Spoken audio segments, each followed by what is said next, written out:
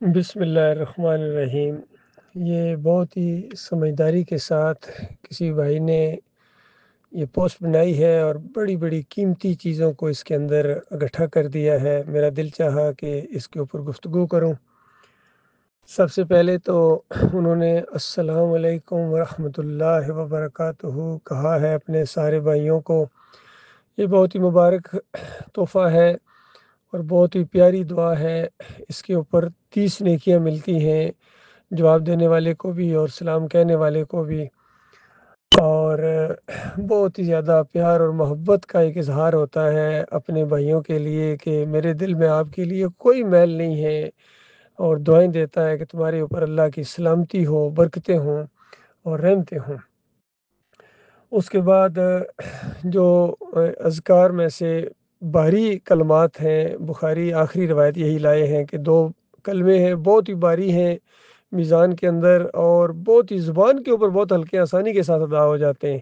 اور ہمارے مالک الرحمن کو بہت ہی زیادہ محبوب ہیں، اور وہ یہ ہیں سبحان اللہ و بحمدہ، سبحان اللہ العظیم، اور پھر لا الہ الا اللہ بھی اس میں شامل کیا گیا ہے۔ یہ بہترین ذکر ہے، سب سے ٹاپ کا اگر کوئی ذکر ہے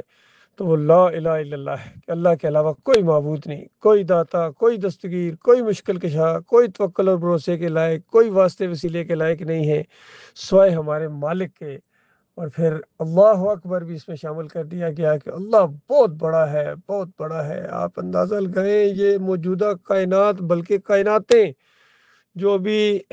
ویزیبل کائناتیں جس کو کہتے ہیں، یہ ایسا ہی ہے جیسے اصلی جو کائناتیں ہیں، نظام ہے اس کا ایک قطرہ سمندر کے مقابلے میں دریافت ہوا ہے، اور جو حقیقی اور ساری کائناتیں ہوں گی کل قیامت کے دن اللہ کی دائیں مٹھی کے اندر ہوں گی۔ اندازہ لگائیں، اس وقت کہا جائے گا کہاں ہے؟ لمن الملک اليوم، آج کس کی حکومت ہے؟ للہ الواحد القہار کی صدا گونجے گی کہ آج ایک ہی اکیلا مالک ہے۔ کدھر گئے وہ دنیا میں اپنی خدائی کے ڈنکے پیٹنے والے؟ کدھر گئے لوگوں کے ساتھ ظلم اور زیادتیاں کرنے والے؟ کدھر گئے مومنوں کے خلاف جلوس نکالنے والے، مومنوں کو پریشان کرنے والے، مومنوں کے خلاف پروپیگنڈے کرنے والے؟ کدھر گئے؟ آج ان کی شامت اور ان کی چمڑی اتارنے کا وقت آ گیا ہے۔ تو اس انداز میں آخرت کے اندر بھی مالک کی کبریائی ہوگی۔ پھر اس کے اندر اپنے والدین کے لیے بہت ہی پیاری دعا اس میں شامل کر دی گئی ہے، رب ارحمہما کما ربیانی صغیرا۔ اور جس طرح یعنی بچپن میں بہت ہی زیادہ بچہ پیارا ہوتا ہے، بعد میں بھی ہوتا ہے، لیکن جو بچپن کا معاملہ ہوتا ہے ماں کے لیے وہ بہت ہی پیارا، اس میں بہت زیادہ خیال رکھتی ہے اس کا۔ تو جس طرح بچپن میں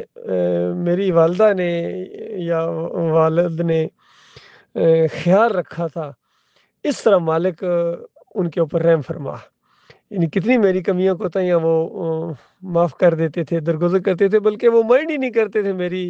لغزشوں کو۔ تو میرے مالک تو بھی ان کے اوپر اسی طرح رحم فرما۔ تو اس میں یاد رکھیے، اگر تو والدین زندہ ہیں تو پھر تو یہ دعا بالکل اس انداز سے بھی کہ ان کے لیے اللہ تعالیٰ رحمت کے دروازے کھولے، ان کو ہدایت دے، مالک ان کی حفاظت فرمائے۔ اور اگر وہ ایمان خالص کے اوپر فوت ہو گئے پھر تو بہت ہی زیادہ کثرت کے ساتھ یہ دعا کرنی چاہیے تاکہ ان کو زیادہ فائدہ ہو۔ جس طرح نبی علیہ السلام نے فرمایا، جب انسان فوت ہوتا ہے، موت آتی ہے، تو اس کے سارے نامہ اعمال کو بند کر دیا جاتا ہے سوائے 3 کے۔ ایک وہ صدقہ جاریہ، یعنی جاری رہنے والا صدقہ جو اس نے خود اپنے ہاتھوں سے کوئی صدقہ کیا ہے، مسجد بنوائی ہے، کوئی مدرسہ بنایا ہے، کوئی سڑک بنوائی ہے، درخت لگائے ہیں، کوئی بھی چیز جو عمل جاری رہنے والا ہے، جب تک اس سے لوگ فائدہ اٹھاتے رہیں گے اس کا ثواب اسی کو ملے گا، کیونکہ وہ اس کا اپنا عمل ہے۔ یا علم نافع، نفع دینے والا علم جس سے لوگ فائدہ اٹھائیں، جس سے لوگ ایمان عقیدے کی طرف آئیں، چاہے وہ کوئی کتاب لکھے، کوئی شاگرد چھوڑ گیا ہے، آڈیوز بیانات چھوڑ گیا ہے، ویڈیوز توحیدی بیانات چھوڑ گیا ہے، اور لوگوں کو اچھی باتیں بتاتا رہا ہے، تو یہ چیزیں جب تک جاری رہیں گی اس کا ثواب اسی کو ملے گا، اس کا اپنا عمل ہے۔ اور جتنے لوگ اس کے اوپر عمل کریں گے ان کے اعمال میں سے کوئی کمی نہیں کرے گا مالک۔ ایسا مہربان مالک ہے، رحیم ہے، کریم ہے، الودود ہے۔ اور تیسری چیز، صالح اولاد جو اس کے لیے دعا کرے، یہ بہت قابل غور بات ہے۔ صالح اولاد یعنی اس نے پرورش کی ہے، ان کو ایمان عقیدے کی طرف لایا ہے اور دیندار بنایا ہے، وہ والی اولاد جو اپنے والدین کے لیے دعا کرے گی اس کو فائدہ پہنچے گا، ان کی دعائیں قبول ہوں گی اور مالک ان کے درجات کو بلندی عطا فرمائے گا۔ اس میں ایک بات یاد رکھنے کی ہے، اگر والدین میں سے ایک یا دونوں شرک کے اوپر مرے ہیں، اللہ کے علاوہ کسی اور کو پکارتے رہیں، یا علی مدد، یا رسول مدد، یا ابراہیم کسنی، یا لات بابا، یا منات بابا اگر پکارتے رہیں، 11ویں کرتے رہے ہیں، میلادیں مناتے رہے ہیں، کسی مسلک کے اندر اگر رہے ہیں، بریلوی، دیوبندی، اہل حدیث، سلفی رہے ہیں، یا بے حق فلاں، بے حرمت فلاں کے ذریعے وہ دعائیں مانگتے تھے، یا تعویذ پہنتے تھے، یا امام زامن باندھتے تھے، یا جمہوریت کے کسی سلسلے کے اندر وہ ووٹوں کے اندر حصہ لیتے تھے، تو پھر ان کے لیے دعا نہیں کی جا سکتی ہے بھائی، کیونکہ ایسے لوگوں کے اوپر اللہ تعالیٰ نے جنت حرام کر دی، ان کا ٹھکانہ ہمیشہ کی آگ ہوگا، ہمیشہ وہاں جلتے رہیں گے، اور اللہ تعالیٰ نے منع کر دیا ہے مومنوں کو کہ دیکھنا ان کے لیے دعا کر کے یعنی اپنی دعاؤں کو ضائع مت کرو اور اللہ کی بات کو مانو اپنے مالک کی، مالک ان کو کبھی معاف نہیں کرے گا۔ وہ اپنی باری کر کے پوری کر کے چلے گئے، اب ان کی باری ختم ہو گئی، اب کچھ نہیں کر سکتے ہو، تمہارا اس میں کوئی قصور نہیں ہے، وہ خود اپنے ذمہ دار ہیں، بس تم صبر کرو اور اللہ کے اوپر یقین رکھو کہ مالک عدل کرنے والا ہے، انصاف کرنے والا ہے، کسی کے ساتھ زیادتی اور ظلم نہیں کرے گا۔ تو یہ بھی اس کے اندر بہترین دعا اس میں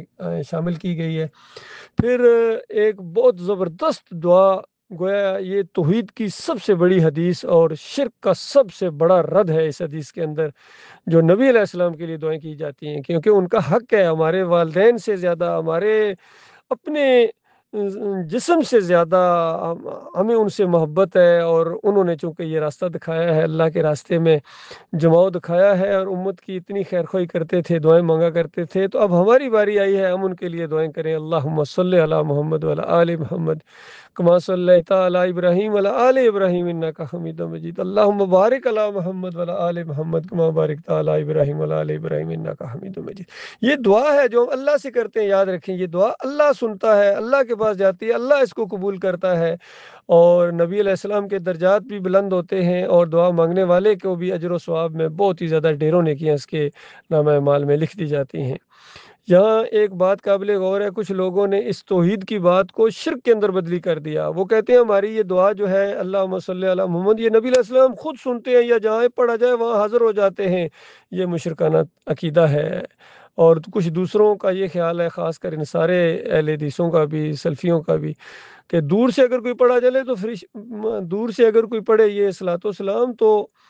وہ فرشتے نبی علیہ السلام کے پاس قبر میں لے کے آ جاتے ہیں، قبر پر پڑھا جائے تو خود سنتے ہیں، روح واپس آ جاتی ہے۔ ان سب عملیوں کا، سلفیوں کا اور سعودیوں کا، سب کا یہ عقیدہ ہے، یہ ایسا مشرکانہ عقیدہ ہے، کافرانہ عقیدہ ہے، جو یہ عقیدہ رکھتا ہے کہ ہماری یہ دعا نبی علیہ السلام سنتے ہیں یا مدینے والی قبر میں پیش کیا جاتا ہے، اس کے کافر اور مشرک ہونے میں جو شک کرے وہ بھی کافر اور مشرک ہے۔ اور ایسے لوگوں کو جو اپنا امام بنائے، اپنا لیڈر بنائے، ان کے اوپر اللہ کی کتاب کا فتویٰ ہے والذین کفروا اولیاءہم الطاغوت،